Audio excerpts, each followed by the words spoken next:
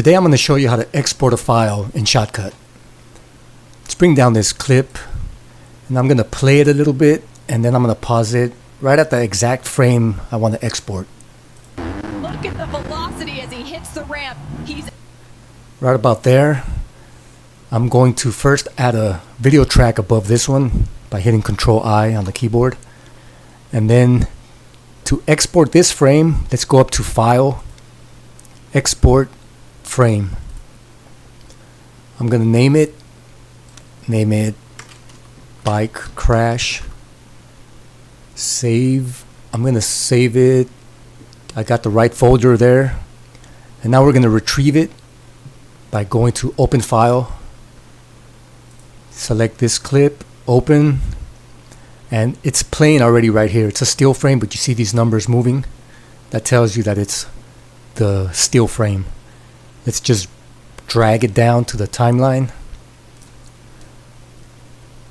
Let me reduce the size a little bit. And then the bottom clip, I'm going to split it by hitting S on the keyboard or hit this button. And let's move this side to the right side a bit. We're going to add another track above this one. We're going to add some text. And let's drop this here.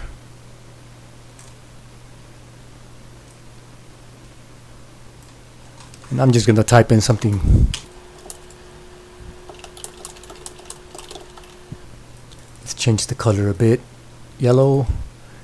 And the font, let's make it a old newspaper types. Once you have that, let's put this up here.